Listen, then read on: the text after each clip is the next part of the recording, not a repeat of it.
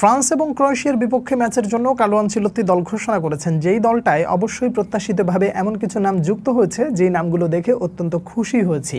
এছাড়া এমন কিছু নাম সরে গেছে বা যাদেরকে কার্লো আনচেলত্তি যুক্ত করলেও করতে পারতেন, এমন 5 জন প্লেয়ারকে নিয়ে আলোচনা করব।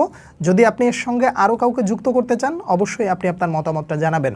প্রথমে যে নামটা থাকবে তিনি হচ্ছেন অ্যান্টনি। রিয়াল ব্যাটিসে যোগ দেওয়ার পর নিজেকে যেভাবে মেলে ধরছেন এবং দিনের পর দিন খেলে যাচ্ছেন এবং কনসিস্টেন্টলি মোটামুটি পারফর্ম করছেন, সেই জায়গায় কার্লো আনচেলত্তি তাকে ব্রাজিল জাতীয় দলে ডাকতে পারতেন। যেহেতু এস্তেভাও নেই সেহেতু তাকে দলে যুক্ত করলে খুব একটা ক্ষতি হতো না।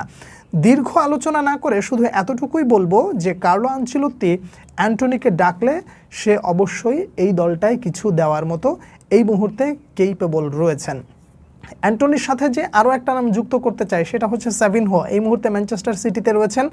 সাভিনহোর একটা সবথেকে ভালো গুণ হলো তিনি লেফটে এবং রাইটে দুইটা উইংয়েই খেলতে পারেন। পেপ গার্দিওলা তাকে যেভাবে তৈরি করছেন, রিয়াল মাদ্রিদের বিপক্ষে সিটি খারাপ করলেও সাভিনহো যে পারফরমেন্সটা করেছে এবং যেভাবে রিয়াল মাদ্রিদের ডিফেন্ডারদেরকে ব্যস্ত রেখেছিলেন, সে জায়গায় বলতে হবে যে কার্লো আনচেলত্তি যদি সাভিনহোকে ডাকতেন খুব একটা ক্ষতি হতো না, বরং ভালোই হতো। এই দুটো নামের পরে 3 নম্বরে যে নামটা নিব, এই নামটা আসলে খুব একটা আক্ষেপের নাম। যেই লোকটা ব্রাজিল জাতীয় দলটাকে এতটা ভালোবাসেন, শুধু ভালোবাসেন না, তার ডেডিকেশন লেভেল সব জায়গায় প্রতীয়মান হয়। তিনি হচ্ছেন আন্দ্রেস পেরেইরা। মিডফিল্ডে খেলে থাকেন, সেন্টার মিডে খেলেন, অ্যাটাকিং জোনে সবথেকে বেশি অবদান রাখেন, দলের প্রয়োজনে কখনো কখনো নিচে নেমেও খেলতে পারেন। এই লোকটাকে না দেখে সত্যিই খুব দুঃখ পেয়েছি। তার কারণ হলো দলের প্রতি ডেডিকেটেড এবং নিজের পারফরমেন্সের গ্রাফটা ঠিক রাখার জন্য জাতীয় দলে যখনই সুযোগ পায় তখনই নিজেকে মেলে ধরেন। এমন প্লেয়ারদেরকে আসলে সরিয়ে রাখলে বা এমন প্লেয়ারকে জাতীয় দলে না দেখলে সত্যি দুঃখ লাগে। এই লোকটাকে না দেখে আমি বিশেষভাবে কষ্ট পেয়েছি বা আমার কাছে খারাপ লেগেছে। এরপরে যে নামটা নিব তিনি হচ্ছেন বেরালদো। পিএসজিতে খেলেন, মার্কুইনহোসের পাশে খেলেন, যখনই সুযোগ পান তখনই কিছু একটা করে দেখান। শুধু তাই না, তিনি কিন্তু ফুলব্যাক হিসেবেও খেলতে পারেন। এই নামটাকেও যদি যুক্ত করতো তাহলে ক্ষতি হতো না বা অখুশি হওয়ার মতনও কারণ ছিল না।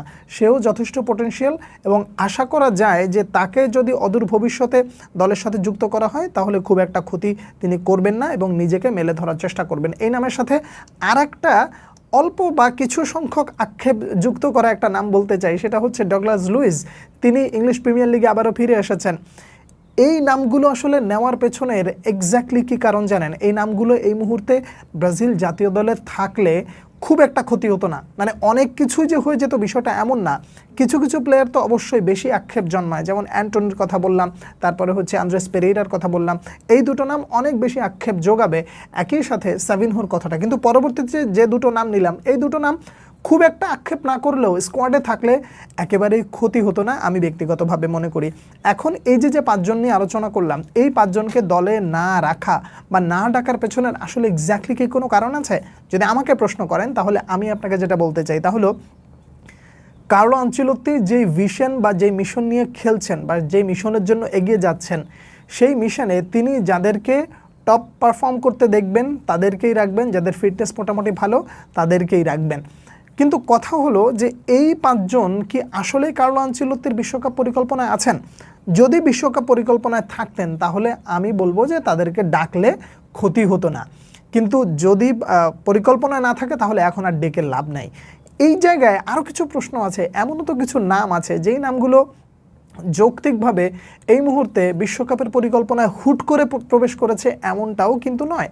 কিন্তু কথা হলো যে ব্রাজিলিয়ান লিগ থেকে নিয়ে শুরু করে সারা বিশ্ব থেকে প্লেয়ার আপনি যেভাবে খুঁটে খুঁটে বাছাই করে নিয়ে আসছেন, সেই জায়গায় আপনাকে এমনও কিছু নাম রাখা উচিত বা রাখলে খুব একটা ক্ষতি হতো না, যারা অবশ্যই যোগ্য বা বড় লিগে খেলছে এবং একই সাথে ব্রাজিল জাতীয় দলে দেবার মতন অনেক কিছুই আছে। আমি 5 জনের নাম বলেছি, এই 5 জনের মধ্যে 3 জন আমাকে বেশি আপসেট করেছে বা তাদের না থাকাটা আমাকে দুঃখ দিয়েছে। আর এই দুঃখের আলাপ নিয়ে আপনি যদি তালিকা করেন তাহলে এই তালিকায় সবার উপরে নেইমার থাকবে, এটা কোনো সন্দেহ নাই। নেইমারকে নিয়ে আগে একটা এপিসোড করেছি, আশা করি আপনারা সেটা দেখেছেন। নেইমারকে নিয়ে এখন আসলে যত আলোচনা করা হবে তত বিষয়টা আক্ষেপ বাড়বে, যে কারণে নেইমারকে এই পর্বের থেকে আমি একটু বাইরে রাখার চেষ্টা করেছি। এই 5 জন প্লেয়ারের মধ্যে কোন ব্যক্তিকে আসলে আপনি সবথেকে বেশি প্রায়োরিটি দিচ্ছেন, যাদেরকে অবশ্যই রাখা যেত?